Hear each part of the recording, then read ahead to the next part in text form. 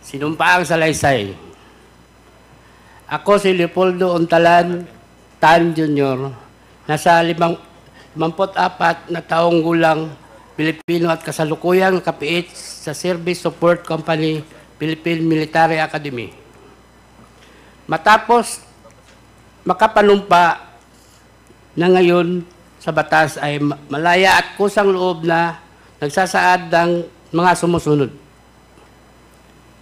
Noong taong 2005, ako ay nahatulan at nakakulong sa Davao Prison Penal Farm dahil sa paglabag ng RA 9165. Noong mga bandang July 2016, habang sinisilbi ko ang aking sentensya sa maximum compound, dumalaw sa akin ang kaibigan ko na si SPO4 Arthur Narsulis.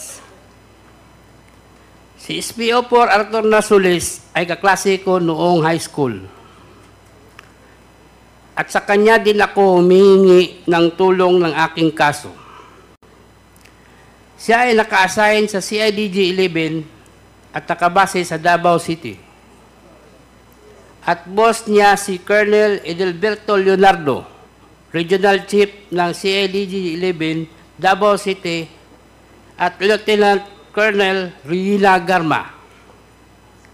Noong araw din yun, nakiusap sa akin si SPO4 Arthur Narsulis at sinabi niya na may ipatatrabaho ako sa iyo at may basbas sa taas. Baka matulungan ka rin namin na makalaya. Kakausapin ko namin ang presidente. Sabi pa ni SPO4 Arthur Narsulis, sayang din itong isang manok kada ulo. Sa aking pagkakaintindi at pagkakaalam, ang isang manok ay 1,000,000. Tinanggap ko ang alok ni SPO4 Arthur Narsulis na pera at pangakong makakalaya ako. Dahil naniniwala ako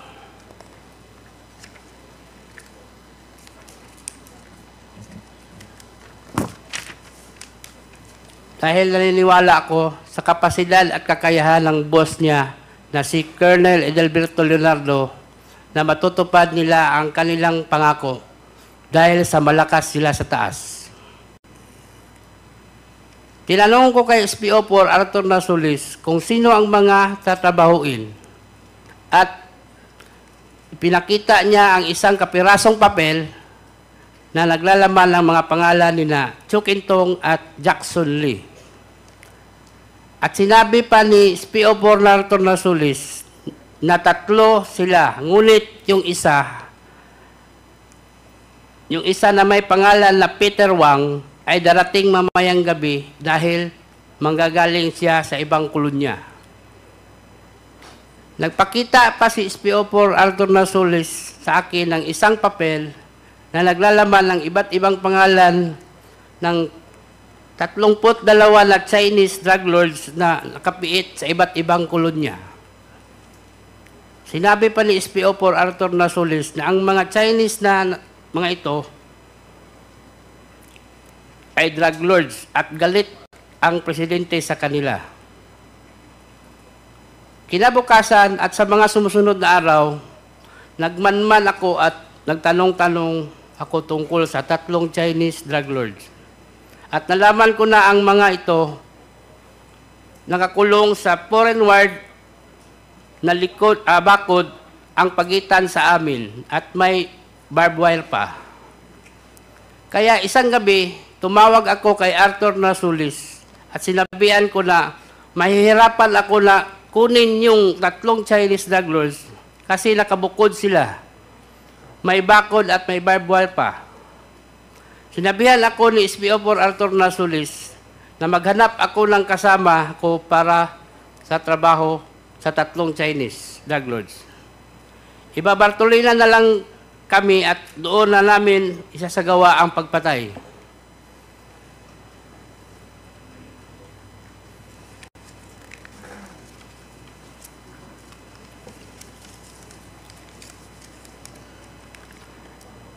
ayaw nilang pumasok nung una dahil nakita kami sa loob ng selda ni Fernando Magdadaro.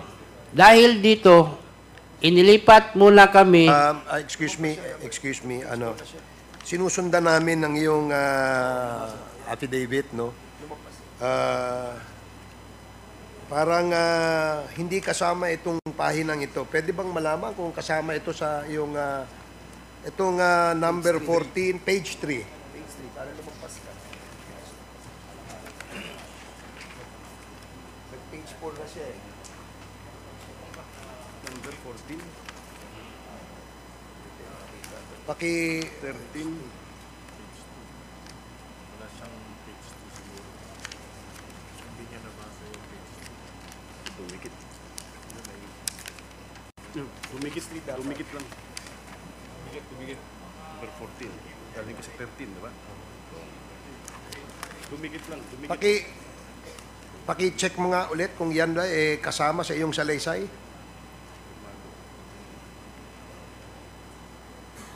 Opo.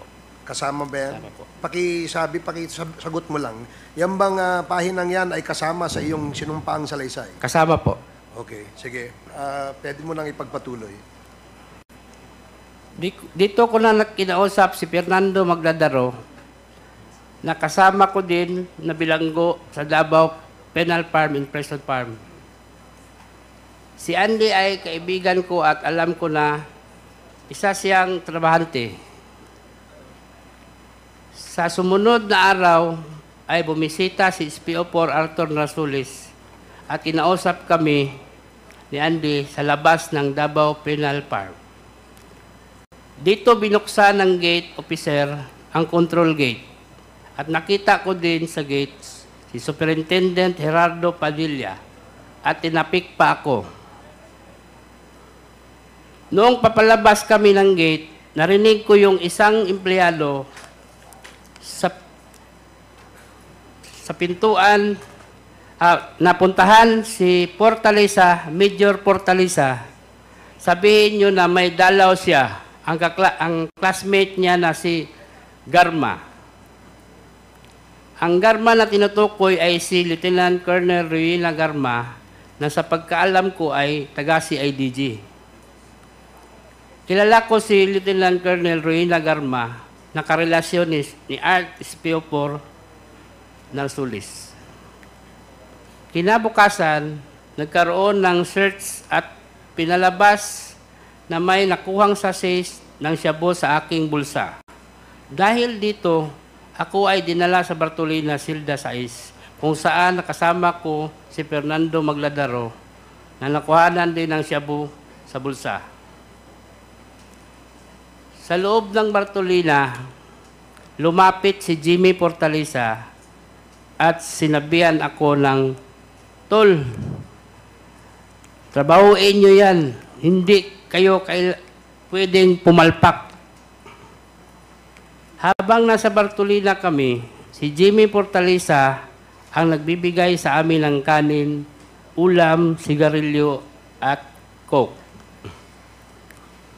Pagkaraan ng 2 araw, dinala ng mga taga-Bucor yung 3 Chinese drug lords sa Bartolina, Silda 6.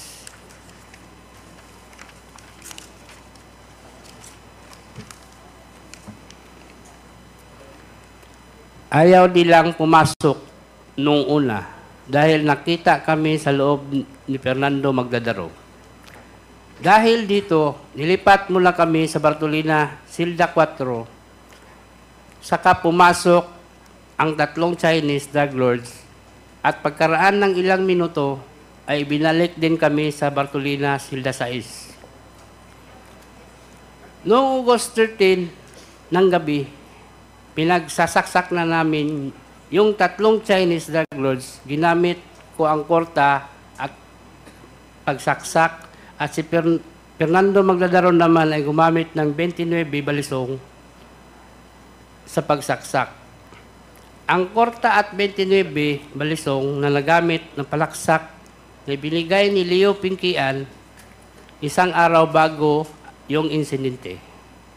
Si Leo Pinkian ay mayor ng Bartolina.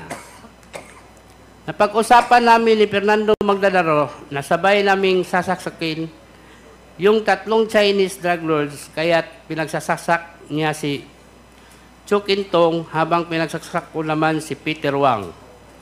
Pagkatapos sumunod na pinagsasaksak ni Fernando Magdadaro si Jackson Lee.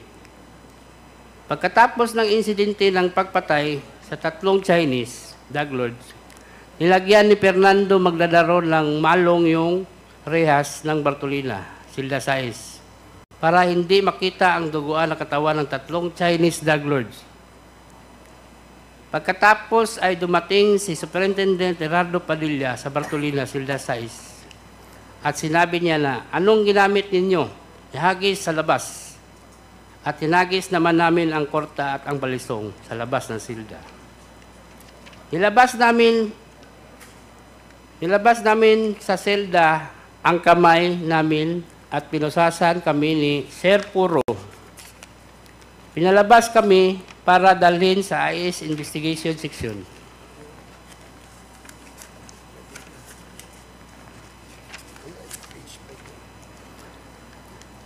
Habang naglalakad kami papuntang Investigation Section, tumunog ang cellphone ni Superintendent Padilla. Nakita ko sa napilindot ni Superintendent Padilla ang kanyang cellphone. Nadinig ko na sinabi nung tumawag kay Superintendent Padilla, "Congrats, Superintendent Padilla. Job well done." Pero grabe yung ginawang dinuguan. Alam ko na ang kausap ni Superintendent Padilla ay si Presidente Duterte dahil pamilyar ko ang boses niya. Sandali lang, no? Teka muna, medyo seryoso yung sinabi mo eh. Pinaninindigan mo ba yan? Opo, sir. Pwede bang ulitin mo kung ano yung sinabi mo?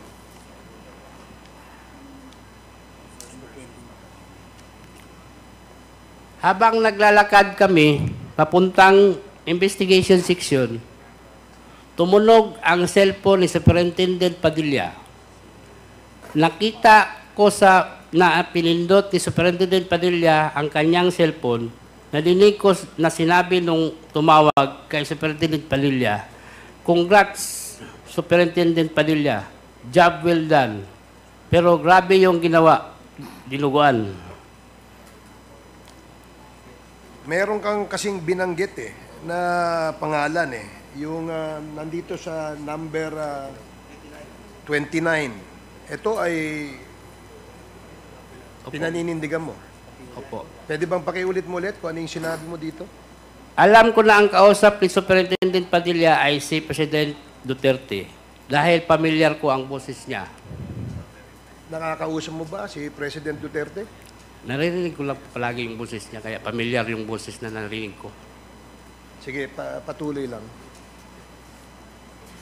Pagkatapos ng tawag, sabi ni Superintendent Padilla sa mga kasamahan niya doon, tumawag si Presidente nag-congrats sa akin. Dahil sa sinabing ito ni Superintendent Padilla, kaya lalo akong napaniwala na ang tumawag sa kanya ay si President Duterte. Pagkatapos kaming imbestigahan sa IS, kinausap kami ng hipi ng Bartolina na si Jerome Glassi. Pinapapili kami kung saan selda ang gusto namin at pinapalinis ni Superintendent Padilla. Pinili namin ang Bartolina, Silda Sais at doon kami naglagi ng 3 linggo. Pagkatapos ng 2 araw, dumalaw sa akin si SPO4 Arthur Narsulis at sinabihan kami na nandito na ang reward ninyo na tig-1 milyon. Saan ko ito ibibigay? At ang sagot ko, ibigay mo ang 1 milyon sa asawa ko. At ang sani naman ni Fernando Magdadaro, ibigay ang 1 milyon sa kanyang asawa. Pagkaalis ni SPO4 Narsulis, naisip ko na ang usapan namin ay 1 milyon kada ulo, kaya kulang ang reward na natanggap ng mga asawa namin. Ngunit naisip ko rin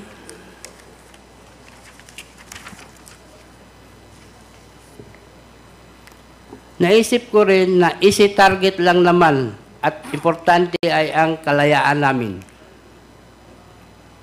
Noong sumunod na araw ay dumalaw ang asawa ko at ang asawa ni Fernando Magdadaro at kinumpirma nila na natanggap na nila ang tig-1,000,000. Palagi kong tinatawagan si SPO4 Arthur Nasulis tungkol sa aming paglaya. At ang palagi niyang sinasabi, mag-antay-antay lang kayo, makakalaya din kayo. Sabihan namin ang presidente. Naghintay kami sa pangakong yun hanggang matapos ang administrasyon, hindi kami tinulungan na lumabas. Hanggang sa pinaamin nila ang kaso ng pagpatay sa 3 Chinese drug lord at kinasuhan kami ng homicide.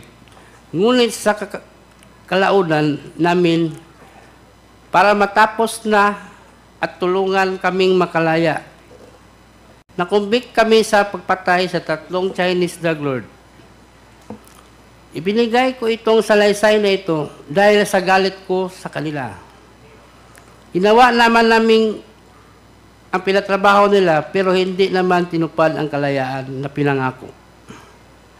Ang lahat ng sinasabi ko ay sa salaysay na ito ay pawang katotohanan lamang at walang sino man ang nagturo o nag-impluensya. At alam ko rin na maaring gamitin laban o pabor sa akin, sa ngayon ito ay na lang po ang masasabi ko at wala nang idadagdag pa sa aking salaysay. Bilang patutuo, lumagda ngayong ika-21 Agosto 2024 lang lungsod ng Baguio.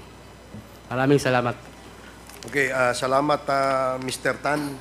Ito bang sa salaysay mo, pirma mo ito? Opo, Your Honor. Okay, meron ka pa bang idadagdag na Wala na po. wala ka nang dadagdag? Okay. Now, we will proceed with the interpellations from the members. Meron pong nagpalista dito sa atin earlier at ang una pong magtatanong ay si Congresswoman Jinky Jervil Luistro. You are recognized.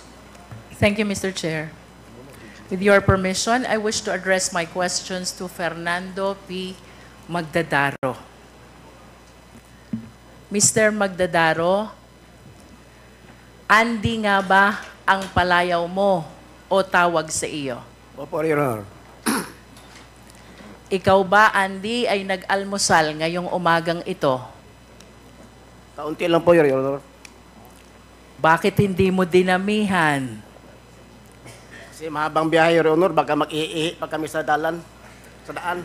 Nakatulog ka ba, Andy? Mula nang nakarating kami sa Manila, Your Honor, hindi ako na masyado nakatulog ng mabuti. Sa kabila ng iyong sinabi, maayos ba ang pakiramdam mo ngayong oras na ito? Opo, Your Honor. Nasa maliwanag ka bang pag-iisip? Yes, Your Honor. Andy, magkakulay tayo ng damit. Samahan mo ako sa aking advokasya para sa katotohanan, Andy.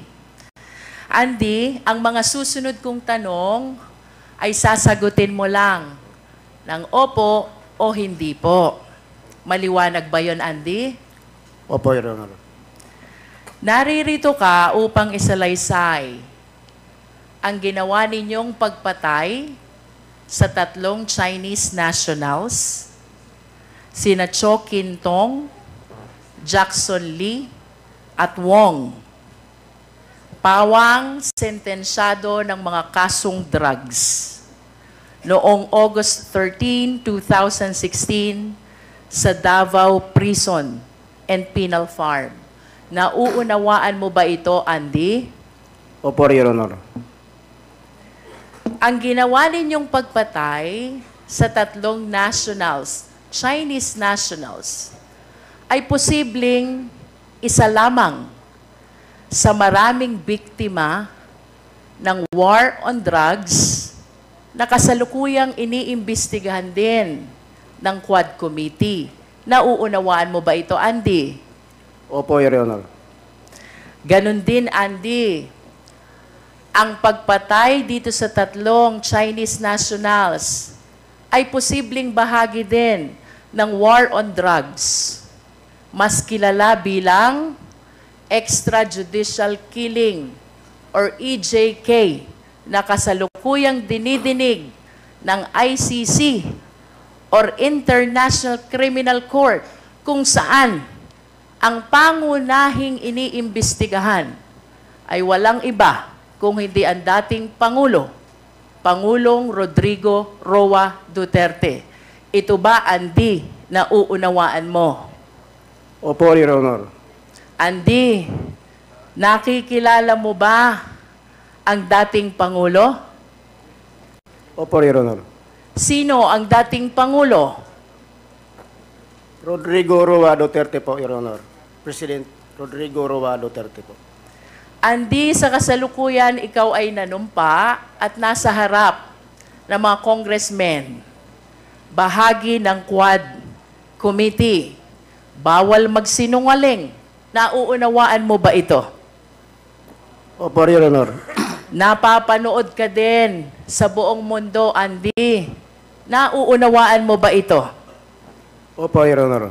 At sa kabila ng lahat ng aking mga naging katanungan sa iyo, Andy, sigurado ka ba sa ginagawa mo? Opo, Your Honor. Voluntaryo ba ang ginagawa mo? Opo. Handa ka ba sa posibilidad na maaaring itong pagpatay ninyo sa 3 Chinese nationals ay bahagi nga ng war on drugs or EJK, kung saan ang pangunahing suspect ay walang iba kung hindi ang Pangulong Rodrigo Roa Duterte? Yes po, Your Honor. Punta tayo, Andy, sa iyong sinumpaang salaysay.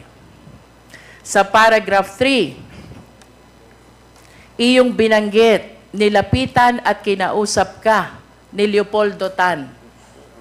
Sino si Leopoldo Tan? Kasama ko po, Your Honor, sa bilangguan po. Ano? Maximum security compound. Ano ang dahilan, Andy, at nilapitan at kinausap ka ni Leopoldo Tan? Dahil po sa pagpatay po.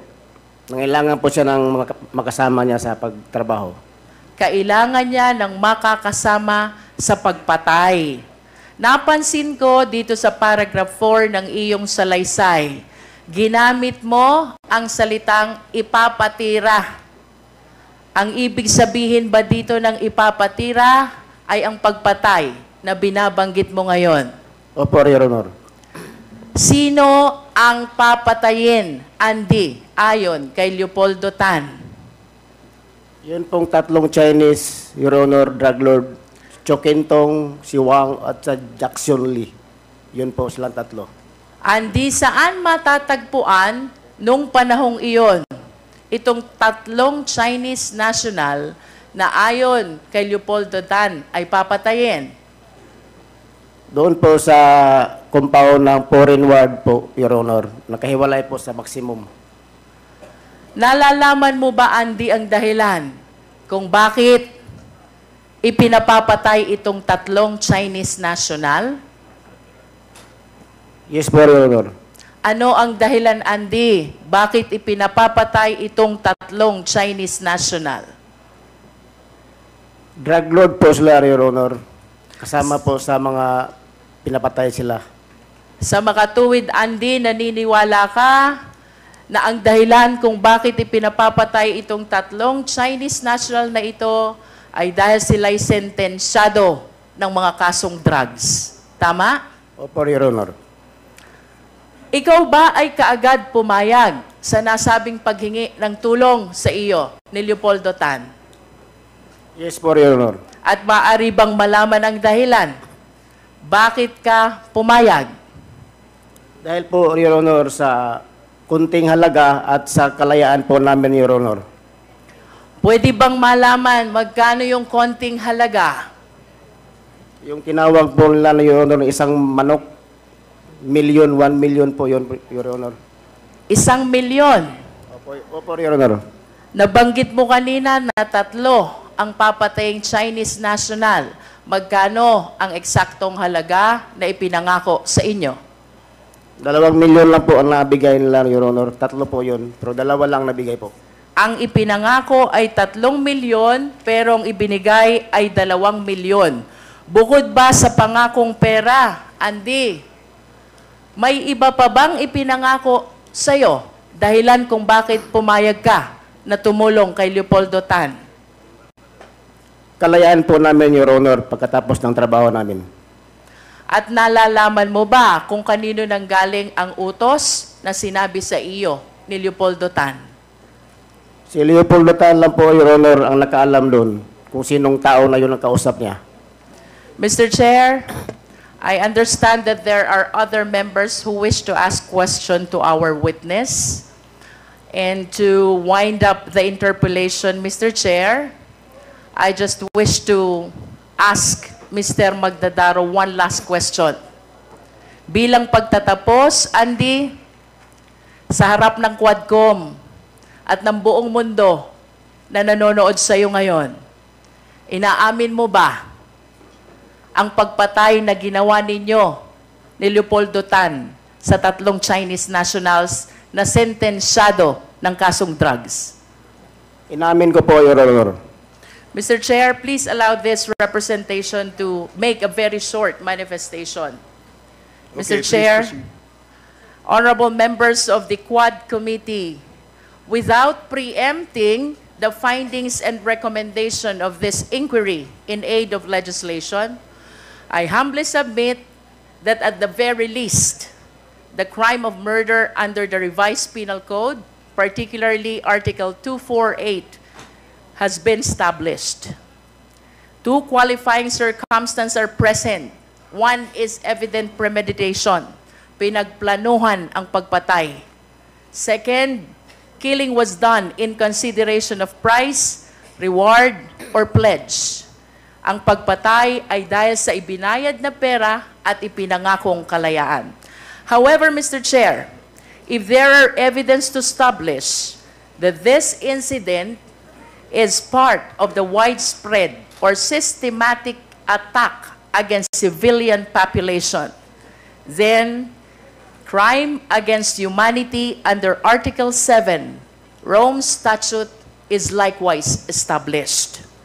I understand, Mr. Chair, that while EJK, extrajudicial killing, is anchored under Article 7 of the Rome Statute, I wish to emphasize the following established facts in his affidavit. 1, there is an order to kill. 2, victims are involved in illegal drugs. 3, there was an actual killing incident. And 4th, the killing was done in consideration of money and other pledges. I humbly submit, Mr. Chair, that on the assumption that there are other evidence to establish the widespread and systematic attack against civilian population, we have a case for extrajudicial killing, Mr. Chair. And I urge the honorable members of Quadcom and even of the 19th Congress, this is not only illegal, this is immoral. Let us work together, condemn and fight extrajudicial killing. Thank you, Mr. Chair. Thank you, Congresswoman Luistro. The manifestation of Congresswoman Luistro is noted. The next to interpolate is Representative Jeffrey Konghun. You're recognized. Jefferson, Mr. Chair. Jefferson, Mr. Chair, maaari ko po bang iparating ang aking katanungan kay Mr. Fernando Magdarao? please proceed. Mr. Magdarao, gusto ko lang pong malinawan. Bakit ka naniwala na mabibigyan kayo ng pera kapalit ng pagpatay sa kanila? Naniwala po ako kasi may kausap itong kasama kong si Leopoldo Tan bago nangyari ang mga yon. Nakakilala niya, classmate niya dati na malakas sa taas na nasa gobyerno ng mga panahon na yon. Naitanong mo ba sa kanila kung kanino galing ang pera? Sa kanila galing yun, Your Honor, yung kausap ni Leopoldo Tan ang pera. Kaya nga, naitanong mo sa kanila kung kanino galing yung pera. Hindi na po, Your Honor. Dinagdag pa ni Leopoldo Tan na kayo ay nasa panig ng gobyerno at pinangakuan kayo ng kalayaan kapalit ng halaga. Dahil dito, pumayag ka sa kanyang pakiusap. Tama ba? Opo, Your Honor. Bakit nasabi ni Leopoldo Tan na kayo ay parehong nasa panig ng gobyerno? Kasi kung nagkupirit po kami sa mga utos nila, Your Honor. Ano yung pagkakaintindi mo sa ibig sabihin nito? Yung mga utos, Your Honor, nga natupad namin, ginawa namin ang mga utos nila. Ang utos nila, ginawa namin, Your Honor. Pero ang pinangako nila, hindi nila ginawa. Di ka ba natakot sa gagawin nyo ni Leopoldo Tan? Hindi po, Your Honor. Yung tatlong Chinese na inutos sa inyo para patayin, kilala mo ba itong mga ito? Opo, Your Honor. Paano? Nang dahil sa pag-surveillance namin doon sa area nila sa Parinward, ayon sa iyong sinumpaang salaysay, no? Nagsagawa kayo ng surveillance sa foreigner area kung saan nakakulong yung tatlong Chinese. Tama po ba yun? opo, Your Honor. Sa puntong ito ng surveillance, kilala nyo na ba o alam nyo na ba? Namumukhaan mo ba kung sino yung target ninyo? Opo, Your Honor. Paano mo nalaman kung sino yung papatayin ninyo? Paano mo nalaman kung sino yung target ninyo? Dahil yung tatlo, Your Honor, pinasok na doon sa area namin sa Silda Size. Kailan mo nalaman na yung mga target ninyo, ay sa yung salaysay, no? Si Cho Kin Tong, Jackson Lee, at Wong. Kailan mo nalaman na yun yung mga papatayin nyo, yung target ninyo? Sa mga araw na po noon, Your Honor, nung dinala sila doon sa Silda Size po. Sa pagkakaintindi ko, no, ayon sa'yo, noong August 11, 2016, pumasok ang mga tauhan ng Bucor sa selda mo. Tama ba? Opo, Your Honor. Tapos kinapkapan ka, pinalabas na may nahuling sabu sa'yo. Tama ba? Opo, Your Honor. At sa ano ang pagkakaintindi mo sa pangyayaring ito? Parang connected na po sa paghuli, Your Honor, para mapatay yung tatlong inchik po. Tingin mo ba ito ay bahagi sa plano ni Leopoldo kung paano niyo iligpit yung tatlong Chinese drug lord? Opo, Your Honor. Dahil dyan sa mga nakuha sa inyong shabu, di ba may nakuha sa inyong shabu, di ba?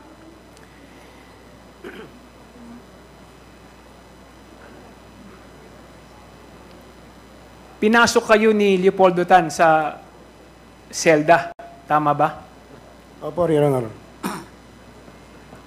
At ayon sa'yo, dinala ng mga taga-Bucor ang tatlong Chinese nationals sa inyong selda rin. Sino yung nagdala sa kanila sa inyo, sa selda? Yung duty po doon, Your Honor. Taga-Bucor po.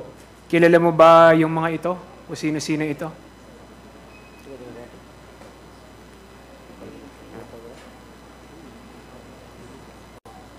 Sir Puro po, Your Honor. Ang nagdala sa amin doon sa Silda Size. Si Sir Poro. Ayon rin sa iyo nung una, ayaw pumasok nung tatlo. 'Di ba? Sa yung tatlong drug lord ayaw pumasok nung tatlo. Kaya ang ginawa, inilabas muna kayo ni Ginoong Leopoldo Tan. Tama po ba? Yes po, Your Honor. Tapos pagkatapos yung umalis, ipinasok yung tatlo, at saka ibinalik yung tatlong Chinese. Tama ba? Opo, Your Honor. Ayon sa iyo, bandang gabi ng araw na yon, pinagsasaksak nyo ni Leopoldo yung 3 Chinese. Ginamit mo sa pagsaksak ay 29, samantala si Leopoldo ay korta na parehong bigay sa inyo ni Leo Pinkian. Tama ba sa iyong salisay? Opo. Ano yung korta? Yung balisong din yan, Your Honor. Ano yung tsura Bali- nun? Parang Pasensya ka na, hindi ko alam kung itsura ng korta. Ano yung korta? Parang Batangas din, Your Honor. Parang maliit lang siya, pero sulit siya talaga. Ah, okay. Mr. Chair, wala na po akong katanungan at i-reserve ko po ang aking karapatan na magtanong sa pangalawang round, Mr. Chair. Okay. Salamat, Congressman Kong Hun.